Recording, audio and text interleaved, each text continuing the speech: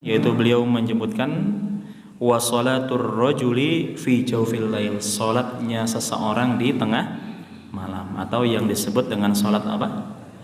Tahajud. Di sini beliau membacakan firman Allah Subhanahu wa taala dalam surat As-Sajdah ya, ayat 16 sampai dengan 17 ya. Tatajafa junubuhum 'anil madaji'i, ya, lambung mereka jauh dari ranjang-ranjang mereka.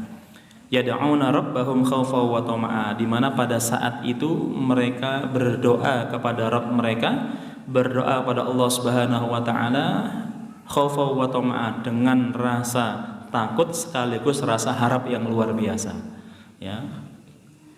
Wa mimma razaqna khaufa wa tama'a wa mimma razaqnahum yunfiqun, ya, dan dari apa-apa yang juga mereka infakkan. Nah, di sini disebutkan wahiya as-salatu wahiya salatu tatawwu'i fil laili ba'da naum. Yang dimaksud salatul lail, salat malam ya, adalah yaitu salat tatawwu', salat sunnah fil lail, yang dilakukan pada waktu malam hari ba'da naum, setelah tidur ya. Yang dimaksud salatnya di sini adalah salat sunnah pada waktu malam hari dan dilakukannya setelah tidur ya. Wala mafhumu li dzikri rajul fil hadits li'anna al-maqsuda bihi jinsul mukallaf. Dan ya, sudah difahami penyebutan laki-laki di dalam hadis ini ya, maksudnya adalah sebagai ya bentuk pembebanan, akan tetapi ya tidak hanya sekedar untuk kaum laki-laki saja. Jadi kalimatnya Nabi wasolatur rajul, salatnya seorang laki-laki, maksudnya tidak hanya laki-laki saja, akan tapi siapa saja baik laki-laki maupun wanita ya, ini masuk di dalam keterangan hadis Nabi sallallahu alaihi wasallam ini. Dan juga di sini disebutkan ya, waqad tadafarat al-ayat wal ahadits fi bayanil fadil azim li salatil lail. Begitu ya bertebaran ayat-ayat maupun juga hadis-hadis Nabi sallallahu alaihi wasallam tentang penjelasan keutamaan, keagungan daripada salat malam ya. Lidzalika istashhadan Nabi sallallahu alaihi wasallam bil ayat. Oleh karenanya Nabi di dalam hadis tadi membacakan ayat firman Allah surat As-Sajdah ayat ya 16 tadi ya, tentang pujian dari Allah Subhanahu wa taala terhadap hamba-hambanya yang pada malam hari lambung-lambung mereka jauh dari tempat-tempat tidur mereka, yang kemudian mereka di situ bermunajat kepada Allah Subhanahu wa taala. Kemudian wa fiha fadlu salatil laili wal infaqi ta'kidan ya, dan di dalamnya ada penjelasan tentang keutamaan salat malam, begitu juga dengan infak ya, yang dimana ini sebagai bentuk penegasan liqaulihil karim, di dalam firman Allah Subhanahu wa taala wastidlalan alaihi biqauli rabbir rahim, sekaligus sebagai dalil ya, sekaligus sebagai bentuk petunjuk atasnya, atas keutamaan salat malam dan infak, biqauli rabbir rahim, sebagaimana ya firman Allah Subhanahu wa taala yang lain. Di sini disebutkan surat Az-Zariyat ayat 15 sampai dengan 18. Allah berfirman, a'udzubillahi minasyaitonir rajim, innal muttaqina fi jannati wa 'uyun. Sesungguhnya orang-orang yang bertakwa itu berada di dalam surga-surga yang di dalamnya ada mata air. Akhidina ma atahum rabbuhum, di mana mereka mengambil apa-apa yang diberikan Rabb mereka kepada mereka. Mereka menikmati segenap ya, nikmat-nikmat Allah Subhanahu wa taala yang Allah berikan di dalam surga. Nah, kemudian ada amalan mereka ketika di dunia. Allah menyatakan innahum kanu qabla dzalika muhsinin. Sesungguhnya mereka itu adalah sebelumnya, yaitu ketika di dalam kehidupan dunianya itu adalah orang-orang yang muhsinin, orang-orang yang berbuat kebajikan Ya. Apa bentuk-bentuk kebaikan yang mereka perbuat ketika di dalam kehidupan dunia mereka?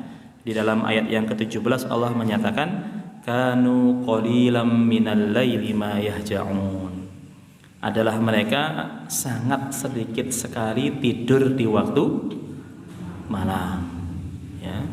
Kemudian yang kedua wabil asharihum yastaghfirun. Ya, ayat yang ke-18 dan pada waktu sahur mereka apa? Beristighfar. Wa fi amwalihim ayat 19-nya wa fi amwalihim haqqul lisaili wal mahrum, dan pada harta mereka ada hak-hak yang mereka tunaikan ya untuk orang-orang baik yang meminta maupun juga yang menahan diri ya. Hadirin wal hadirat, Bapak Ibu jamaah sekalian rahimakumullah, di dalam ayat ini Allah Subhanahu wa taala menyebutkan ternyata ciri utama ya. Kenapa kok disebut ciri utama? Karena Allah sebutkan ya di dalam ciri yang pertama ya, daripada orang-orang bertakwa yang menikmati surga Allah Subhanahu wa taala, atau ciri-ciri utama orang-orang yang ya bakalan menjadi penghuni surga ya. Di dalam kehidupan dunianya pertama Allah sebutkan mereka yang pada waktu malam hari apa? Sedikit tidur. Maksudnya sedikit tidur no nih gimana? Lek-lekan apa Pak? Maksudnya sedikit tidur apa? Kanu qalilam minal laili ma yahja'un. Apa Pak kira-kira Pak? Ya, jadi sedikit tidur bukan sekedar kalau kita nek betah melek niku kathah nggih Pak nggih. Tapi bukan hanya sekedar napa niku. Ya. Ya, akan tetapi diisi malam-malamnya itu dengan ibadah kepada Allah Subhanahu wa taala. Dan salah satu bentuk ibadahnya itu adalah salat malam atau salat tahajud. Okay. Nah, jadi ini menjadi ciri utama penghuni surga. Kalau kok minder Pak mengerti hadis ini kira-kira saya ini masuk kategori penghuni surga nama mboten nih. Kok kata saya kok tasih tebih nih Pak.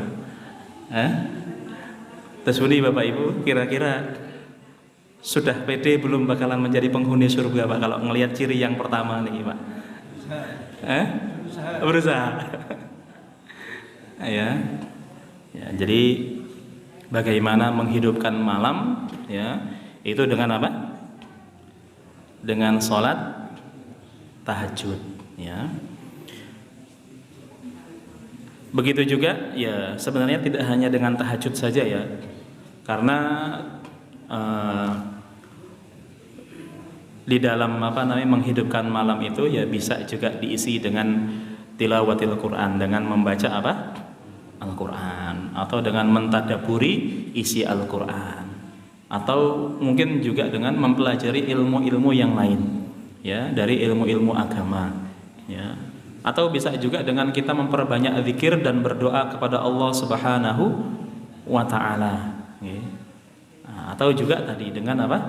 Dengan sholat tadi seperti itu. Jadi banyak yang bisa dilakukan ya terkait dengan menghidupkan waktu apa? Malam ya. Bahkan ya kalau Imam Asy-Syafi'i rahimahullah taala ya, beliau di satu malam itu ya pernah tidak tahajud. Kenapa? Karena disibukkan dengan ilmu ya, dan itu ya nilainya memang lebih afdal bagi ahli ilmu ya untuk apa? Ya untuk ya memfokuskan diri mereka dengan ilmu dibandingkan dengan ibadah yang sifatnya apa tadi? Yang sifatnya individu tadi. Tahajud kan sifatnya apa Pak? Individu, hubungannya antara dirinya dengan Allah Subhanahu wa taala. Sementara mengkaji ilmu, sementara menjawab pertanyaan umat dan lain sebagainya, itu sifatnya bukan individu, tapi kepentingannya kepentingan apa? Umat. Ya. Maka ketika putrinya Imam Ahmad bin Hanbal rahimahullah taala ya, beliau istilahnya memperhatikan bagaimana imam besar ya, guru dari ayahanda beliau ya, Imam Ahmad saja sudah imam besar, apalagi ini gurunya yaitu Imam Asy-Syafi'i ketika beliau ya suatu waktu ya menginap di rumahnya Imam Ahmad, ya ada 3 hal yang membuat ganjal bagi putrinya Imam Ahmad. Apa? Satu, ya beliau kok kalau makan begitu lahap, ya ini kok katanya ulama besar tapi kok makannya sangat lahap begitu Pak ya. Ya, nuwun sewu bahasa kita mungkin rakus begitu ya. Kemudian yang kedua, ya malam kok nggak terdengar beliau sholat tahajud begitu. Kemudian yang ketiga, ya sholat subuh itu tidak wudu lagi. Ini janggal. Sampai kemudian ditanyakan. Nah, ketika ditanyakan, ya ternyata jawabannya luar biasa. Apa? Yang pertama, kenapa kok makan dengan lahap? Ya, beliau mengatakan, saya tahu persis bahwasanya makanan yang ada di rumah ini adalah makanan yang penuh berkah, ya karena dipastikan halalan thayyibah. Makanan yang halalan thayyiban itu adalah obat untuk hati dan juga badan. Maka beliau makan dengan apa? Lahap. Kemudian yang kedua, ya beliau pada waktu malam tidak sholat tahajud, tidak qiyamul lail. Ya kenapa? Karena pada malam itu ya beliau ya berpikir tentang pertanyaan umat dan beliau mampu untuk menjawab 40 pertanyaan. Ya, jadi beliau buka kitabnya itu bukan kitab ini Pak, tapi kitabnya ada di mana Pak? Di dadanya begitu ya, karena semua ya ayat, semua hadis beliau hafal, ya ratusan ribu hadis yang beliau hafal. Kemudian dengan itu beliau ya mengambil satu kesimpulan hukum dari pertanyaan-pertanyaan tadi, ya. Sehingga kemudian itu membuat beliau tersibukkan dengan ilmu dan tidak sempat tahajud. Kemudian kok subuh tidak subuhan, tidak sholat subuh pakai wudu, ya karena beliau masih punya wudu dari sholat isyaknya begitu, ya karena tidak tidur, ya masih punya wudu sehingga sholat subuh tidak berwudu lagi, ya. Nah, jadi waktu malam ya bisa kita lakukan berbagai macam aktivitas di dalam ibadah kepada Allah Subhanahu wa taala. Tapi penegasan di sini yang sedang kita bicarakan adalah tentang sholat tahajud. Waruya Muslim fi sahihihi, diriwayatkan dari Imam Muslim di dalam sahih beliau an Rasulullah sallallahu alaihi wasallam, dari Rasulullah sallallahu alaihi wasallam, faqala, beliau bersabda, afdhalus salati ba'dal maktubah qiyamul lail. Seutama-utamanya salat ba'dal maktubah, setelah salat fardu, setelah salat wajib itu adalah qiyamul lail. Ya, salat ya tahajud, okay.